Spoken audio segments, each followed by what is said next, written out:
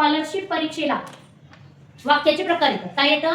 वाक्याचे वाक्य दिलेले असतात आणि ते कोणत्या वाक्य प्रकारातलं ते वाक्य आहे ते ओळखायचं असतं. मग वाक्याचे प्रकार किती आहेत? 4 आहेत. किती आहेत? 4. बघा, टाइप्स ऑफ सेंटेन्स आहेत किती? 4 आहेत. किती आहे? 4. मुख्य बघा, मुख्य 4 प्रकार आहेत. पहिला आहे स्टेटमेंट, ज्याला आपण विधान म्हणतो. काय म्हणतो? विधान. त्यालाच काय म्हणतात? Assertive sentence. काय म्हणतात? Assertive sentence. बघा, पहिलं कोणतं आहे? स्टेटमेंट, किंवा त्याला काय म्हणतात? असर्टिव्ह सेंटेन्स किंवा डिक्लेरेटिव्ह सेंटेन्स. किंवा मी फक्त 2 दिले, अजून त्याला डिक्लेरेटिव्ह सेंटेन्स पण म्हणतात. त्याला मराठीमध्ये काय म्हणतात? विधानार्थी वाक्य किंवा विधान वाक्य. विधानार्थी वाक्य किंवा विधान वाक्य. त्याच्यानंतर दुसरा प्रकार आहे इम्पेरेटिव्ह सेंटेन्स. कोणता आहे? Imperative sentence. त्याला म्हणतात आज्ञार्थी वाक्य. तिसरा आहे इंट्रागेटिव्ह सेंटेन्स. काय आहे? Interrogative sentence. त्याला म्हणतात प्रश्नार्थक वाक्य. कोणतं वाक्य? प्रश्नार्थक. आणि चौथा आहे एक्सक्लामेटरी सेंटेन्स. म्हणा, एक्सक्लामेटरी सेंटेन्स. उद्गारवाचक वाक्य. आता मराठीत मी वाक्य सांगते काही. मी शिक्षिका आहे, हे विधान झालं. काय झालं? I am a boy. कोणत्या काळात काय झालं? मग विधानच झालं. I am a boy. It is a chair. It is a blackboard. हे विधान आहे, त्याच्यामुळे त्याला काय म्हणतात? असर्टिव्ह सेंटेन्स किंवा काय म्हणतात? विधानार्थी वाक्य. त्याच्यानंतर बघा, आज्ञार्थी वाक्य. Stand up. काय दिलं मी तुम्हाला? ऑर्डर दिली मी. स्टँड अप ऑर्डर आहे की नाही? Sit down, go there, come here, write down now. हे जे आहे ऑर्डर, मग याला म्हणतात आज्ञार्थी वाक्य. कळत का?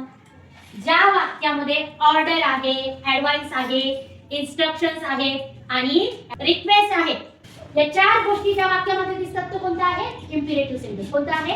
Imperative sentence. कळलं का? बघा, दुसरं वाक्य काय सांगितलं मी? कम हिअर, किंवा दुसरं स्टँड अप, किंवा give me your, please give me your pen, please give. असे वाक्य येतात की नाही? आपल्याला येतो की नाही? आपण वापरतो की नाही? Give me your pen. तर या पद्धतीने हे काय झाले? Imperative sentence. उदाहरण वाक्याचे फरक तुम्ही लक्षात घ्या. आता तिसरे आहे इंट्रागेटिव्ह सेंटेन्स. काय मराठी वाक्य? काय? प्रश्नार्थक वाक्य. म्हणजे काय? What is your name? काय वाक्य आहे? What is your name? असे वाक्य वाचतो ना आपण. ते कोणते आहे? प्रश्नार्थक वाक्य. Interrogative sentence. सगळ्यात सोपं लक्षात ठेवायचं. इंट्रागेटिव्ह सेंटेन्स म्हणजे काय? ज्या वाक्यातून प्रश्न विचारतात. तुम्हाला पुस्तकामध्ये जेवढे प्रश्न दिसतील ते सगळे कशामध्ये आहे? Interrogative sentence. कळलं का? कोणता? व्हॉट नी, व्हेन नी, WH नी ज्याची सुरुवात झालेली आहे, किंवा हेल्पिंग वर्बनी सुरुवात झालेली आहे आणि प्रश्नार्थक चिन्ह आहे शेवटी, ते कोणतं असतं? Interrogative sentence. कोणतं असतं? Interrogative sentence. आणि शेवटी एक्सक्लामेटरी सेंटेन्स. कोणतं आहे? उद्गारवाचक वाक्य. आता उद्गारवाचक म्हणजे काय? वाव, किती सुंदर आहे, असं वाक्य आहे का तुमच्या याच्यामध्ये? अरे बापरे, कसं काय? मराठीत सांगते मी.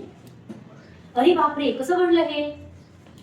याच्यामध्ये अरे बापरे, वा, किती सुंदर, हे जे शब्द आहे ते उद्गारवाचक शब्द आहेत. काय आहे?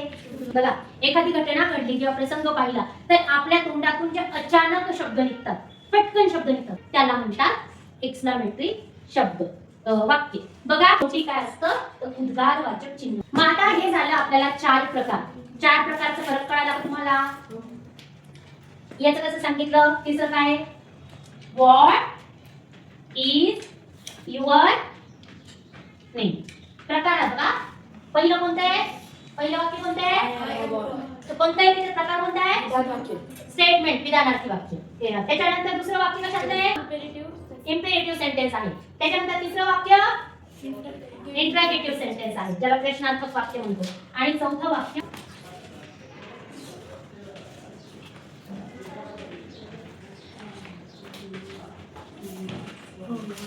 बघा, शेवटचं काय आलं याच्या?